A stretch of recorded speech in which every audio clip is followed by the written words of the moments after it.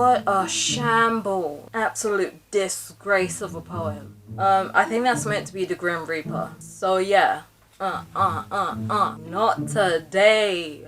This is gonna be awkward to describe. Basically, this is about how Gabbie can overhear her neighbors having really loud, passionate sex.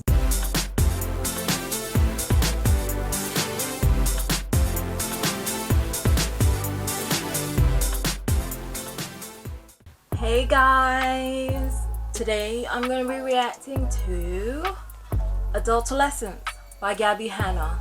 But first, if you're new around here, listen up, because I've got a little secret for you. I'm not just any YouTuber. I am Charlotte the Starlet, and I'm a writer.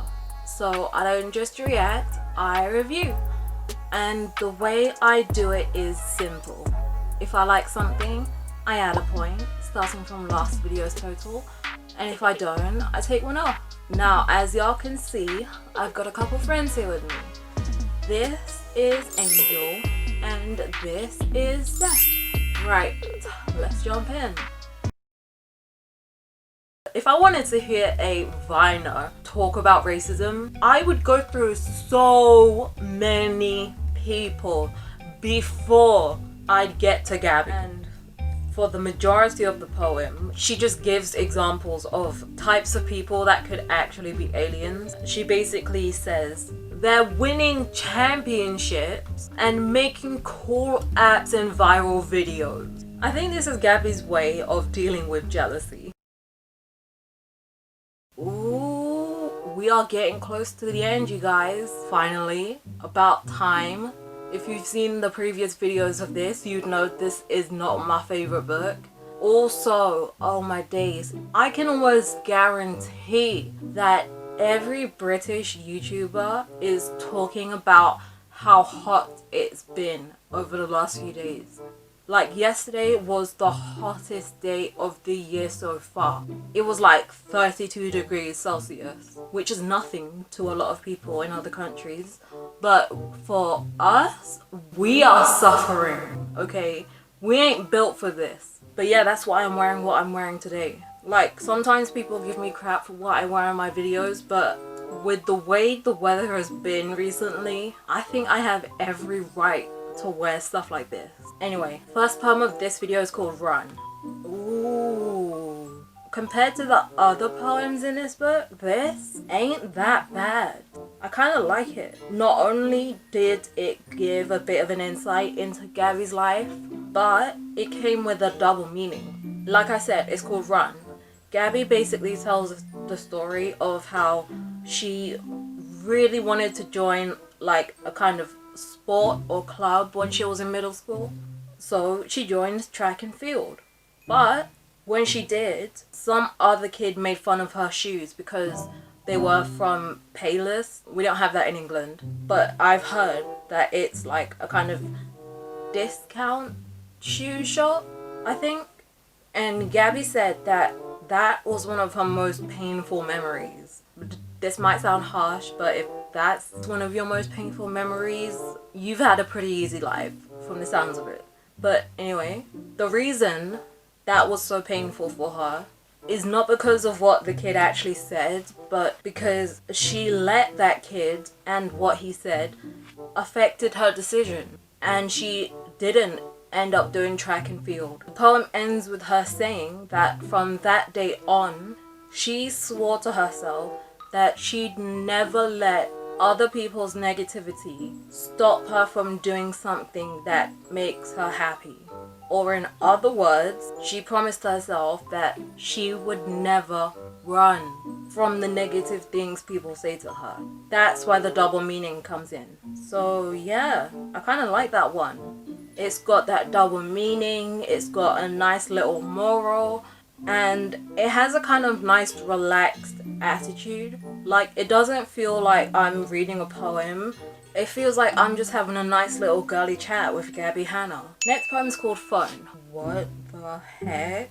The whole thing basically consists of 3 statements. The first is about how phones keep getting slimmer, yet people keep buying them. But phone cases keep getting thicker, and people keep buying them. And the last statement says, Gabbie's phone feels the same, but her wallet is the thing that feels slimmer. What was the point of that? The heck?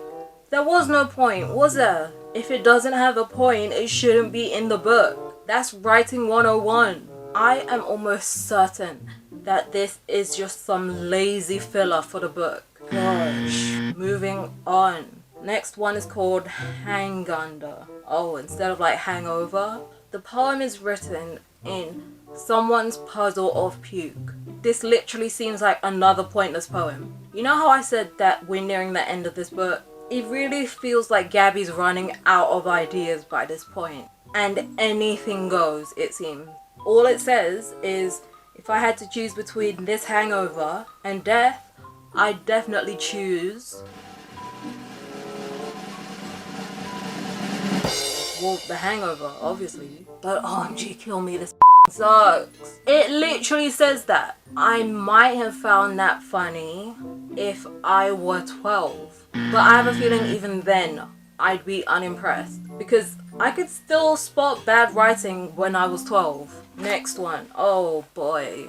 So, I'm a little scared to proceed with this one because it's titled Depression. And in the other poems that have tackled serious topics, Gabbie hasn't really tackled them well. All they do is show how ignorant Gabbie Hanna is. The picture doesn't help either. In the bottom left corner, there's a picture of a girl crying, but then behind her, there is a big long arm of a skeleton that's kind of poking her in the back. I think that's meant to be the Grim Reaper. So yeah. Not today. Oh snap, hold up. I might have jumped to conclusions about this. This is actually kind of dope. I definitely jumped to conclusions about this.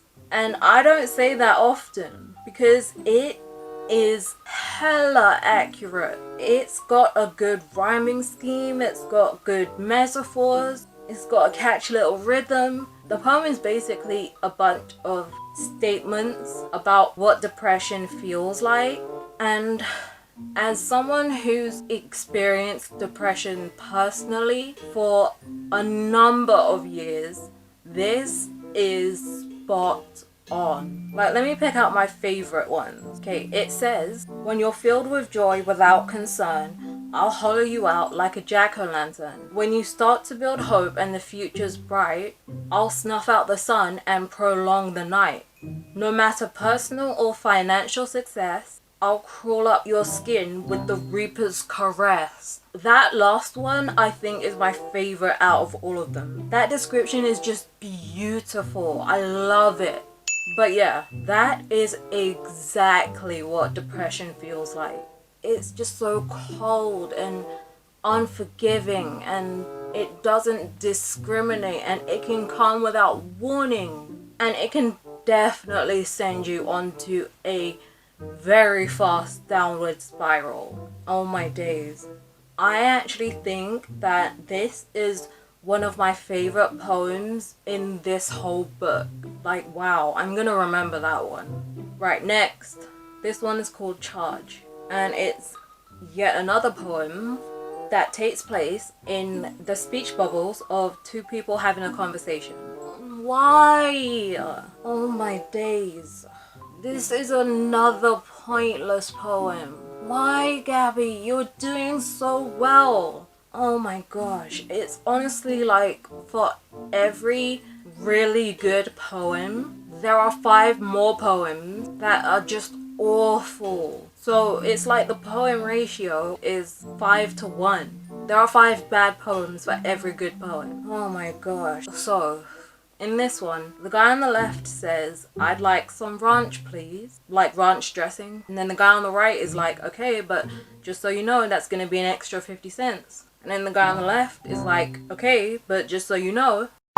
Like, literally, what was the point of that? Gosh, it's so frustrating, you know, having to take back that point for the depression poem. Because I love that poem so much, you know, I don't want to take that point back. Oh my gosh. Anyway, ew. Next poem is called Cliches, and it comes with a hella weird drawing of a really short person kissing a freakishly tall person. And the tall person is like hunched over to reach down to the short person. Like, look, can you see that? This should be interesting though. It's called Cliches. I could talk about cliches all day because as a writer, I constantly have to be hyper aware of those in my work. This is nothing special. All it is basically a collection of really cliche, fringy sayings about love. Gabbie's basically pointing out how many of these quotes conflict each other. She's got a point for once. Some of the quotes she mentions are never give up on the one you love versus if you love them, let them go. And then when it's right, it's easy, but also relationships take a lot of work. And then time heals all wounds, but absence makes the heart grow fonder. And like I said, she does have a point. There are a lot of sayings and relationship advice that conflict with other sayings and advice. And stuff like this can be a big reason why some relationships fail, because someone in the relationship is paying attention to bad advice. And stuff like this can make relationships toxic sometimes, or make toxic relationships worse. But like I said, there's nothing special about this. Right, next one. Ooh, I like the drawing this one comes with. It's of a girl pressing her ear against the wall. Is this meant to be Gabbie? Look, can you see that? Oh yeah, this one's called Walls. Oh lord. Oh my days. This is gonna be awkward to describe. Why you gotta put me in this position, Gabbie? Basically, this is about how Gabbie can overhear her neighbors having really loud, passionate sex. And she says that she thought about complaining once, but then she realized that if she can hear them, they can hear her. Except the most that she gets up to is watching 13 consecutive hours of Friends. And then after that, she's like, let bygones be bygones, I guess. Why do I relate to this? Oh, I've got a little game for you guys. Which part do you think I relate to this? If you thought it was the sex, you need to go take a cold shower. Right now. I wish. No, it's not that. I relate to watching 13 consecutive hours of TV. Except I don't watch Friends. I don't like Friends. I could easily watch 13 consecutive hours of Game Grumps or Call Me Carson. Or, oh my gosh, you guys, guess what I've been up to these days? I have been on a massive anime binge watching spree. I just finished watching Devilman Crybaby, and now I'm on to JoJo's Bizarre Adventure. Oh, you know what? If you watch anime, leave me a few suggestions down in the comments. Which anime should I watch after JoJo? I've had people suggest Food Wars, 7 Deadly Sins, Sword Art Online. Oh my god, do you know what my favorite anime of all time is? Death Note. I have an actual Death Note in real life. That's how much I love that anime. So yeah, don't piss me off. You're gonna regret it if you do. Anyway, moving on. Right. Oh my gosh. The next poem is 2 lines and it's called Desperate.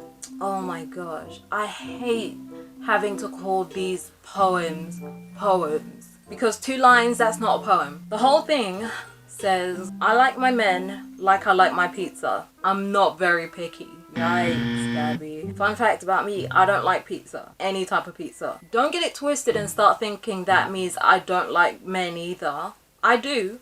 I develop crushes really easily. Although I haven't had that much relationship experience. I've only ever been in 2 relationships and they both lasted for like 6 months. The main reason I haven't had much relationship experience is because I went to an all-girls Christian school. That should give you an idea of what my parents are like.